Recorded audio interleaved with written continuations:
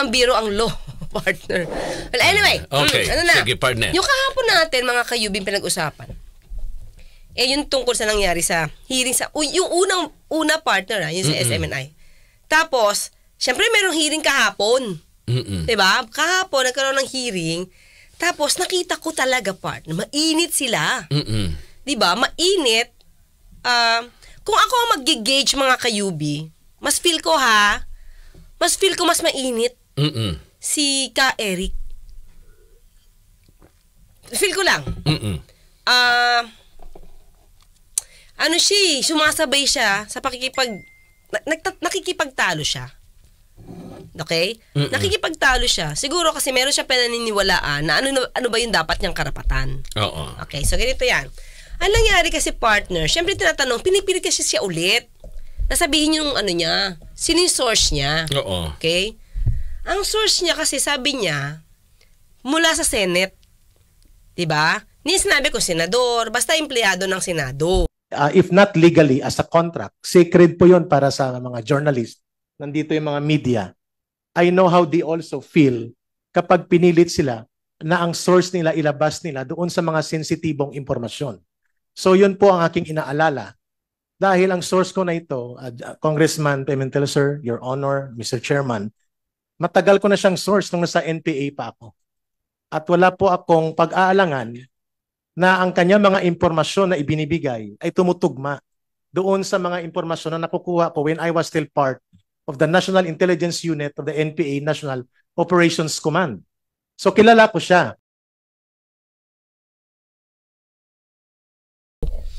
So syempre itong Senate President partner, medyo nagambala sa ganung kwento, di ba? Kaya niya pinapush niya, sige ituloy niyo yung pag-imbestiga dyan kasi may involved na taga-Senado. Senate President Mig Zubiri urges the House of Representatives to continue its probe into Sunshine Media Network International, particularly the claim of host Jeffrey Celis that House Speaker Martin Romualdez had spent 1.8 billion pesos in travel expenses, attributing the information to a Senate employee, and urges the House to continue its probe and press for the name of the alleged source. Diba? So, kaya kumbaga, may basbas. Sabi niya, kung di niya mapipilit yan, i-exercise niya yung power of contempt. Yun yung message ni Senate President. So, pero syempre, ang sabi ni Ka Eric, hindi daw siya pwedeng pilitin because of the Soto Law. And at the same time, sabi niya, lahat ng sinabi niya nung unang hearing, kung pwedeng ma-withdraw. Tanggalin sa records, partner. Okay. Kasi daw ay hindi daw siya represented by a counsel. Okay. Okay? Hindi siya represented. Mr. Chair. Okay. And the previous statements made, Your Honor, Mr. Chairman, please, were made without the competent advice of legal counsel. That's why I was requesting humbly for this honorable committee chaired by Congressman Tambunting that all those testimonies regarding the testimonies I made here can be stricken off the record if it may be considered as a request. Because those are inadmissible. Maliwanag naman yung rules kapag nagkakaroon ng hearing sa House of Representatives. So, ano ba sinasabi? Appearance of counsel. Sabi rito sa Section 13, the person at whose instance the inquiry was initiated may be represented by counsel. So, ibig sabihin, hindi naman siya mandatory. Kung choice mo na magkaroon ka ng counsel during the hearing, choice mo yon at hindi ka naman pipigilan dahil bibigyan ka naman ng karapatang makakuha ng sarili mong counsel. Pero hindi ibig sabihin na bago kang magsalita dyan, dapat ikaw ay may counsel na. So makikita niyo po yung difference, no? Kapag ang hearing lang ay sa House of Representatives, may be represented by counsel. Pero tignan niyo po, yung RA 7438, ito ay patungkol sa karapatan ng mga taong naaresto, nakulong, or under custodial investigation. Ano sinasabi ng batas? Section 2. Rights of persons arrested, detained, or under custodial investigations. Duties of public officers. A. Any person arrested, detained, or under custodial investigation shall at all times be assisted by counsel. So, yung word na shall, Hindi papayagan magkaroon ng anumang tanungan at magbigay ng sagot ang taong nakadetine o naaresto o under custodial investigation nang walang nagre-represent na counsel. So, anuman ang makuhang pag-amin, mga kwento o pag-amin mula sa mga taong naaresto, nakulong, or under custodial investigation, yun po ay inadmissible. Hindi po yun tatanggapin sa korte. So, ang anumang makukuha sa inyong sagot, habang nagkakaroon ng pag-iimbestiga ang House of Representatives at wala kayong counsel, hindi po yan makukonsider na inadmissible. Kasi, hindi po yan mandatory na dapat ay meron kayong counsel. Maliwanag po yan. Although sinasabi, a witness shall be informed by the committee or subcommittee that he, she may be represented by counsel. So, alam naman po, di ba? Alam naman po ni Ka Eric na mayroon siyang karapatan sa counsel. Di ba? Nagtatanong nga siya, gusto siyang i-represent. Gusto nga sana niyang i-represent siya nila Attorney Mark Tolentino. Pero mapapansin niyo po, hindi nga po nagboluntaryo sila Attorney Mark Tolentino na siya ay i-represent. Bakit? Kasi ang nire-represent lang nila Attorney Mark Tolentino at nung ibang abogado ron ay SMNI lang. Hindi nila nire-represent ang mga anchor or host ng programa sa SMNI. Sa maliwanag dito, na alam naman ni Ka Eric na pwede siyang kumuha ng counsel. Ang nakakapagtaka, alam niya na at alam niya maisasalang siya, bakit hindi siya kumuha ng sarili niyang abogado? Ang gusto kasi yata nilang palabasin at that time, kaya ito sila Attorney Mark Tolentino ay sa SMNI lang. Nais na lang palabasin na wala silang kinalaman sa mga sinasabi ng mga host ng laban para sa bayan. Kumbaga black timer sila. Nagbabayad lang sila sa SMNI.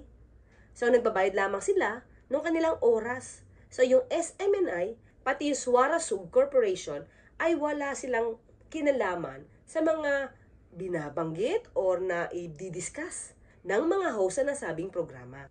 Yun ang nais na palabasin sa tao at sa mga mambabatas, kaya sinabi nila ang i-represent lamang nila ay ang SMNI. Kung tutusin, humihingi na ng tulong si Ka Eric dito nung oras na yon, yung unang hearing. Pero hindi nag-lift ng finger si Attorney Mark Tolentino to help him out. Hindi sinabi ni Attorney Mark Tolentino, I am volunteering myself to act as counsel for Mr. Eric Celis. Walang ganun. Saka kung mapapansin nyo naman sa pagsagot ni Ka Eric Celis, alam naman niya yung tungkol sa batas. Hindi nga siya mapaamin kung sino yung source.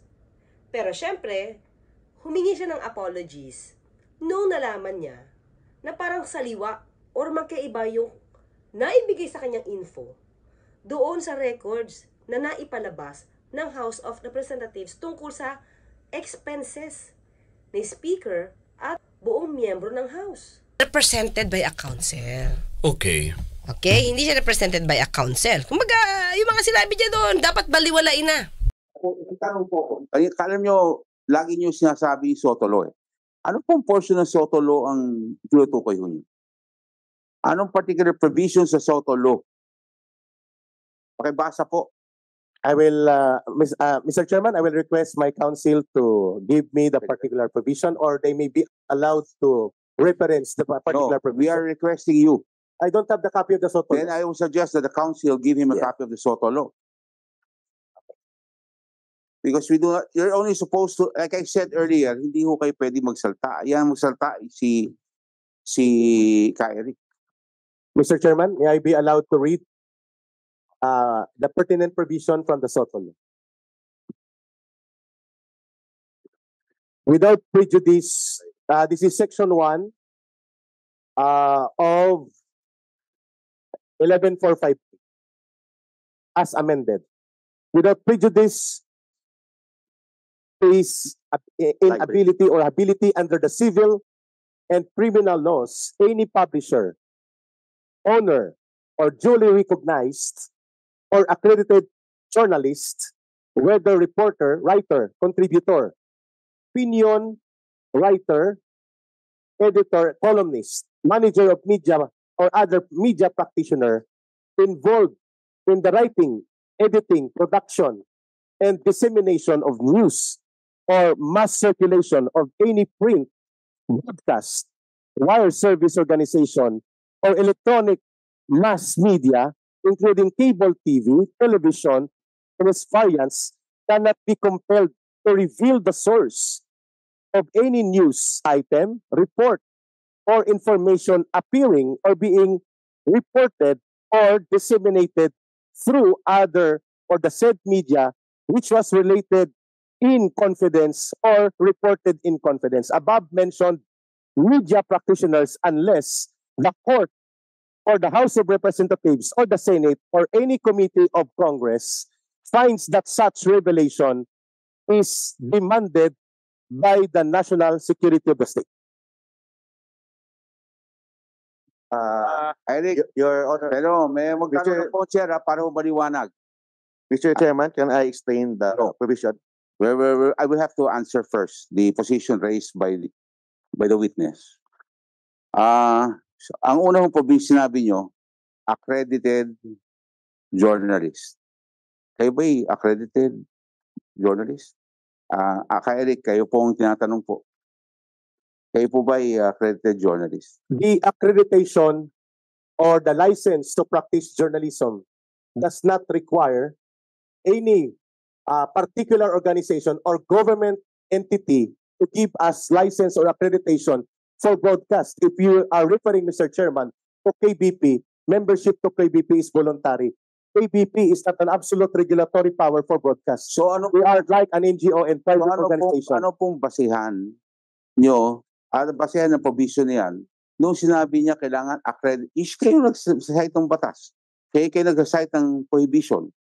Mr. Chairman, Accredited journalist, hindi ho kayo, sino dapat mag-accredit sa inyo? SMNI is an accredited and franchise-granted media. And therefore, the prerogative in the decision for editorial decision who can broadcast or cannot broadcast in their station rests with the franchise granted to them. Therefore, hindi po kami required na maghingi ng pahintulot sa gobyerno na mag-broadcast kami doon. Dahil kami po ay bahagi ng isang media organization na may legitimate existence as granted by franchise. Yes, but remember, may disclaimer. Ang sabi ng SMNI, hindi po nila pananagutan ang gagawin nyo. At hindi na nga raw kayo empleyado, sabi nila. So, ergo, hindi ho namin agad-agad kaya tanggapin yung inyong mungkahi. Pakalawa, I would like to remind you that this is a House inquiry which is provided for by the SOTO law. And third, katanungan ko, security of state, binanggit nyo. Ano po ibig nyo? Ito ba yung security of state? Tingin nyo itong issue to? Which is an exception? Ang 1.8 billion na pagtatanong ko po, Your Honors, Mr. Chairman, ay hindi po threat to national security.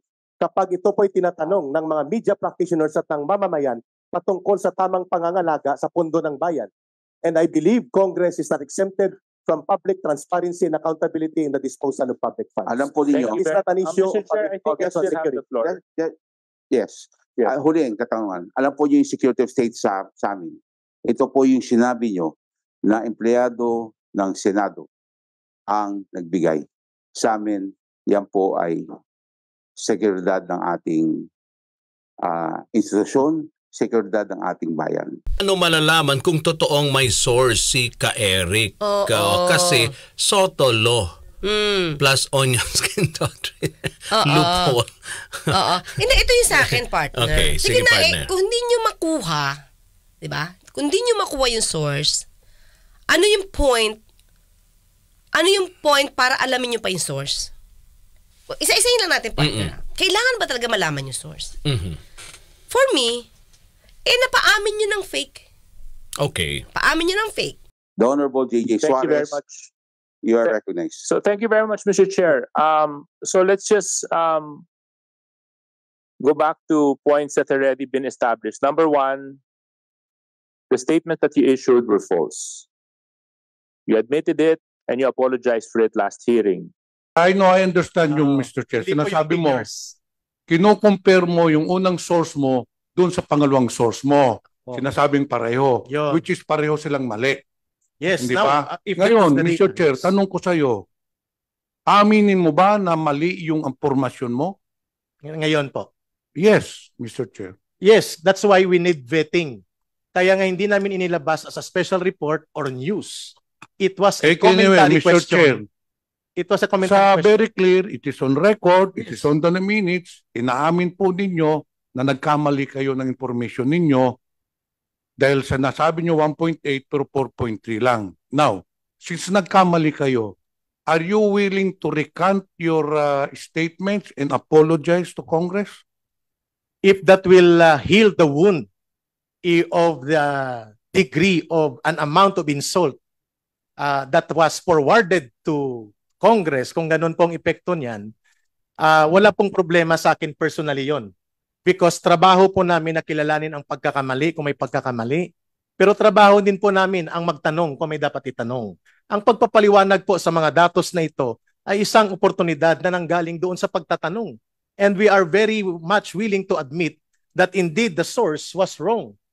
Pag ano yan, kasi napakinggan ko tayo, saka napanood ko, pag isa-isahin natin, pag tagni-tagniin natin. Sinabi mo, okay, binanggit ba talaga niya? Nag-apologize na siya. Oo, pero, Yung unang hearing. oo, nag-apologize siya. Pero, ang sinabi niya na partner, yun ay base lang sa kanyang source. Oo. Hindi talaga Hindi galing sa kanya. galing mismo sa kanya. At patanong daw. Oo, Yung sabi yun niya, nga, oo. patanong. Oo. So, ang pinipiga ngayon ng mga... Sino nagsabi? Oo, sino yun? Yung source mo. Taga-Senado. Oo. O, syempre, naalarma naman si... Si Senate President. Oo. Number two, you mentioned that your source is from Senate. And Caselis, Mr. Celis, the law that you have just stated that you sought to use to protect your right and not to reveal your source apparently has been ruled cannot be applied. So therefore, I'm asking you again, dahil may kinalaman na to, may mabigat po ang kinalaman ang repercussions nito You're talking about interparliamentary relationships between the House of Representatives and between the Senate. And none other than the Senate President has already issued a statement about this. So I don't think you see the gravity of the statements that you have issued between both houses in Congress. Na taga-Senado. Oo. O, syempre, naalarma naman si... Si Senate President. Oo.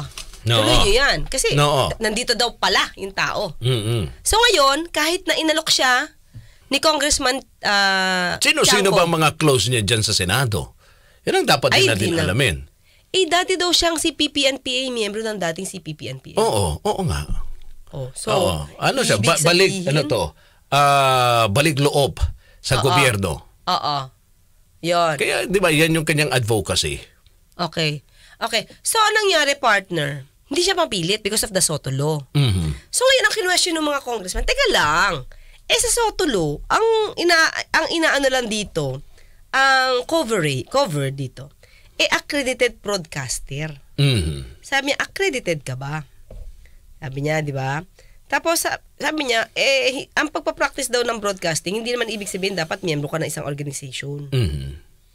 So, paano pala? Kasi Basta, hindi siya miyembro ng KBP. Oo. Kasi ang pag may miyembro ng KBP, partner, pwede ayaw mo naman, tulad ng GM But sabi mo kahapon, partner, quote kita, Oo, okay. miyembro Sige. ang SMNI. Yeah, oo. So, obligado si SMNI na lahat ng e-eri doon. Dapat miyembro din. So, Kasi pag lumabag ka, partner, sa Code of Ethics ng lahat ng miyembro, dapat may talaga, may kakaharapin silang partner, na parusa. so in other words, dapat hindi siya umi-ere. Oo. Kasi miyembro nga sila ng KBP. Di ba? Yan ang nasa partner nasa patakaran dyan ng KBP.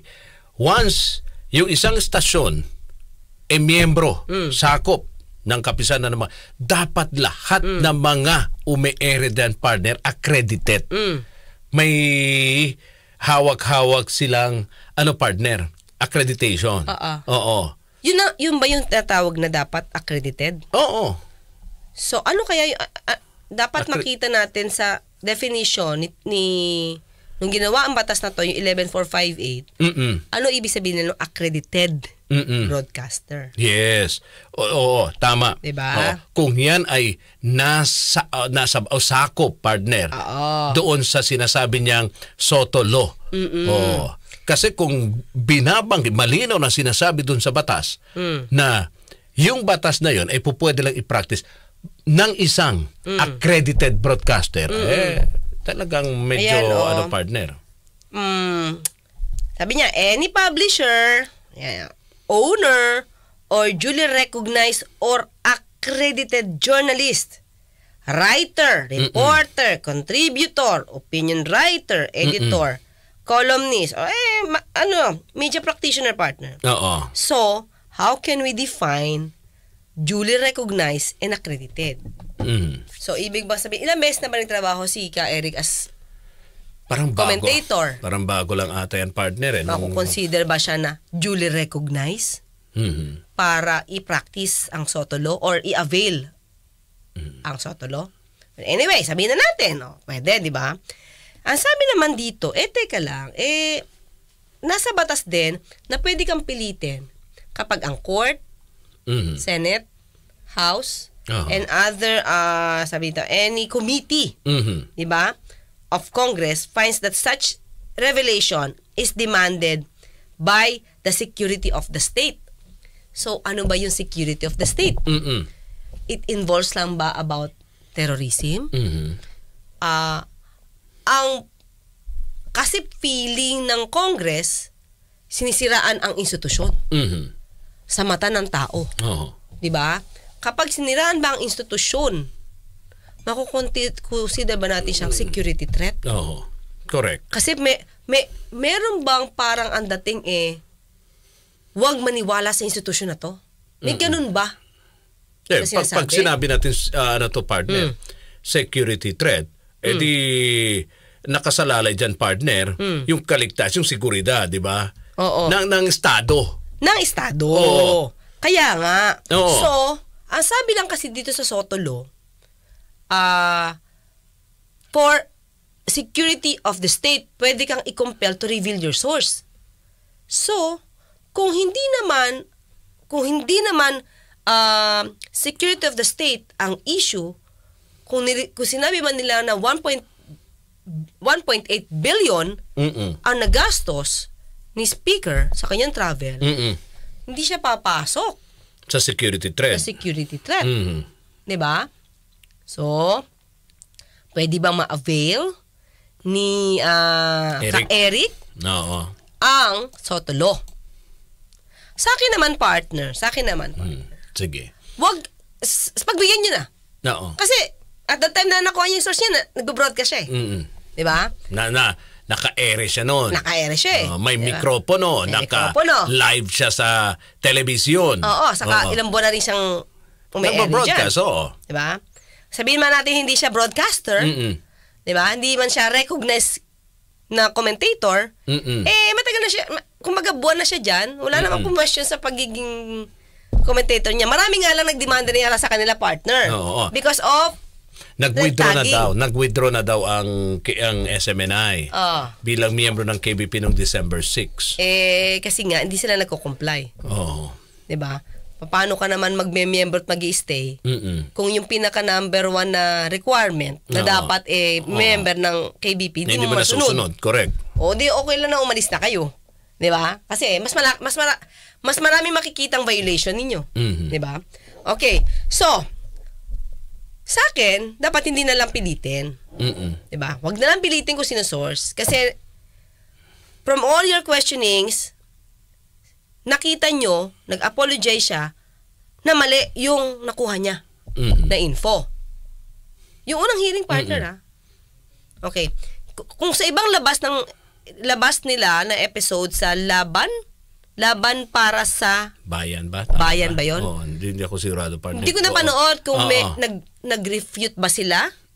Sinabi ba nila na totoo pa rin yung kanilang sinabi? So, hindi ko napanood na yun. Basta, during sa first hearing, sinabi niya na ngayon nalaman namin, we will just apologize kasi mali yung nasabi. O naitanong on air. But still, sabi niya, it's in the form of the questioning. Pero feeling kasi ng mga taga-Congress, hindi even if it's in the form of the questioning, may malis. Kasi bakit? Sino ba tinatanong nyo? Diba? Sino ba tinatanong nyo doon? Sino bang involved? Ang involved daw kasi siyempre Congress. Si Speaker. Nagtawag ba kayo kay Speaker or may kinausap ba kayong taga-Congress to ask that question? Oo.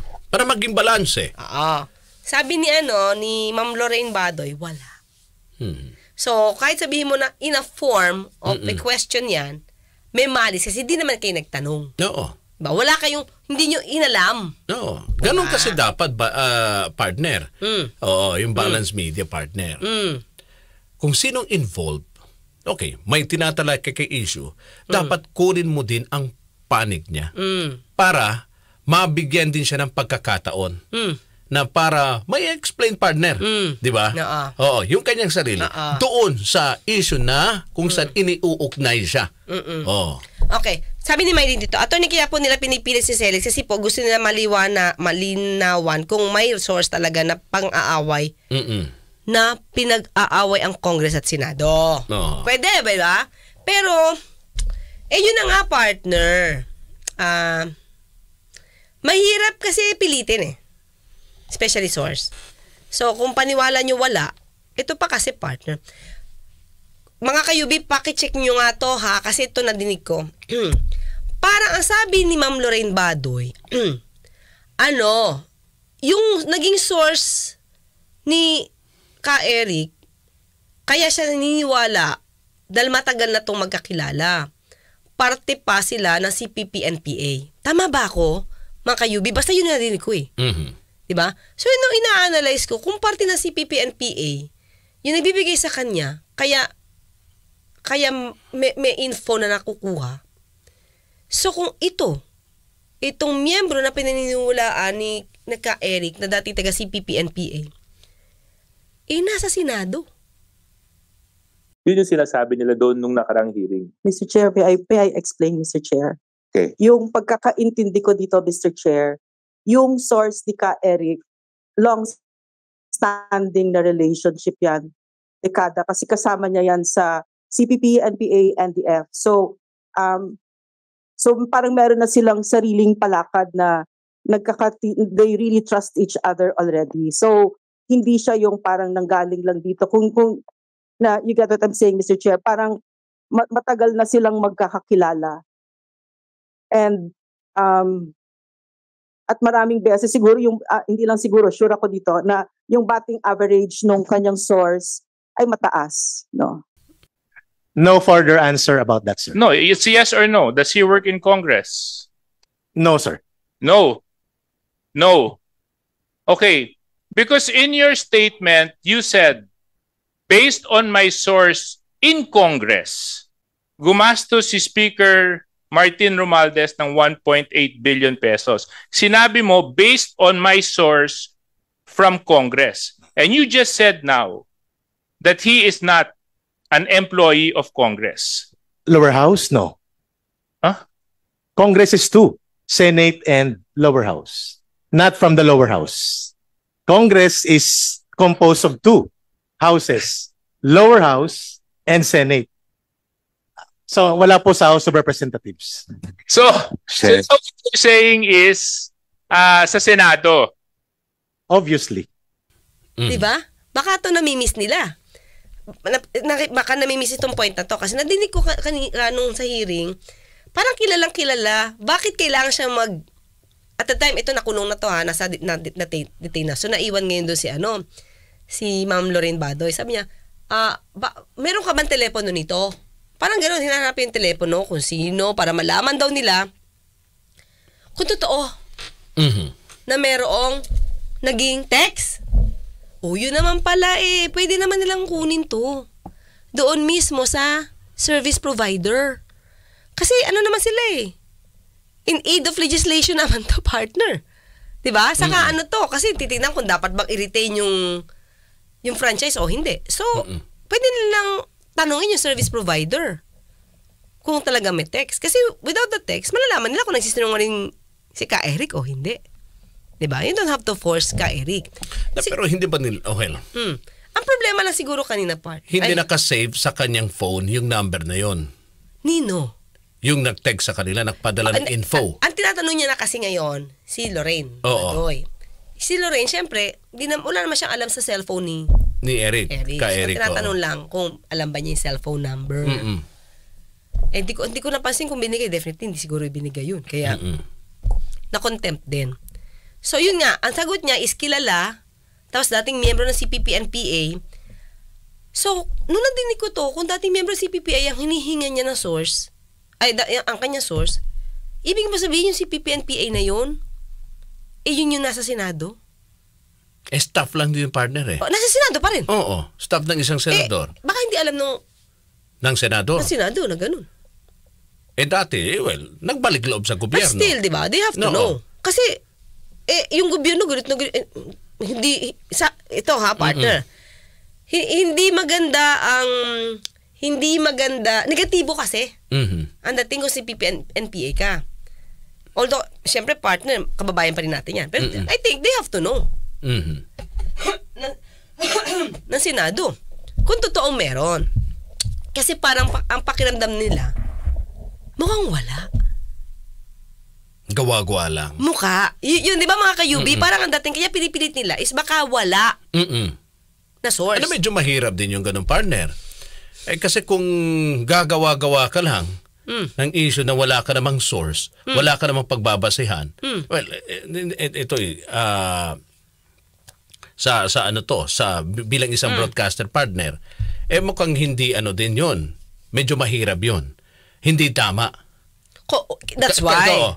Kasi magiging na yung partner Kumbaga parang nagki-create ka na ng sarili mong issue sa isang tao. Kasi dapat pag sa media ka bilang isang broadcaster partner, okay, yung mga impormasyon lang naman na dapat mong ihatid yung totoo Oo. Okay, kasi yun ang trabaho mo. Oo. Para malaman ang tao mo. Nagsisilbing tulay ka, partner, para sa katotohanan. Kasi hindi naman lahat ng taong bayan ay alam ko anong nangyayari. Yes, whether it is bad or good, kung ikaw ay may basehan, partner, may reliable source ka, meron kang hawak na ebidensya, well, bilang isang mamamahayag, trabaho mo yon, partner, dapat mong sabihin yon. Yes. Diba? Kasi especially naka-Eric ka, you have to spread what is correct. What is the real news? Hindi pwedeng fake news, di yung ba? totoong balita. Kasi makaka-influensya kapag fake news Okay, partner, may tanong dito si pakibaba nga po kay kay Master Pogi. Ito ba yung tanong niya? I'm confused punishing the station because of their program. Does chain of command apply to this scenario? Actually, ganito yan. Siguro, Master Pogi. Hindi lang nanganak na to, partner. Kasi nahalughog ngayon ng Congress yung iba-ibang issue. Actually, di ba? Una, para nagkaroon din ng issue sa red tagging, partner. Kasi we're already talking of fake news. Di ba? Tinanong nila, nung dating sinabihan nyo, si VP Lenny, na may kaalyado, may kausap, may kakampi, or what, I forgot the term. Pero to that effect, na miyembro ng CPP-NPA. So, anong pruweba nyo? Sabi ni Ma'am Lorraine Badoy, di naman niya opinion yun. Galing yun sa NTF-LCAC. Diba? Kaya lang mga kayubi, pakicheck po kasi hindi talaga ako masyadong, di ko napapanggayin yung mga salita even before ni Ma'am Badoy. May mga pagkakataon ba siya na pag nagsalita siya, labas agad ang ebidensya? Or salita lang? Meron bang ganon? Hindi ko alam. Hindi ko din pinapanood, especially during the election during the campaign. So di ko nakikita kung it's just a mere campaign o pagka-news, pagkasabi na ito si VP Lenny, ganyan-ganyan, ito ebidensya. Meron bang ganon? Kaya hinahanapan sila ng Congress, ano ang proof nyo? Or seen and for the dissemination of deliberately false information or willful misrepresentation to the detriment of public interest encourage, or assist subversive and treasonable acts. In reviewing the franchise of Suara Sug Media Corporation in relation to the acts of SMNI, complaint of the committee considers the compliance with the terms and conditions thereon. There are provisions in the franchise that are obligatory upon the grantee, and by accepting the franchise, it is bound to faithfully comply with these obligations.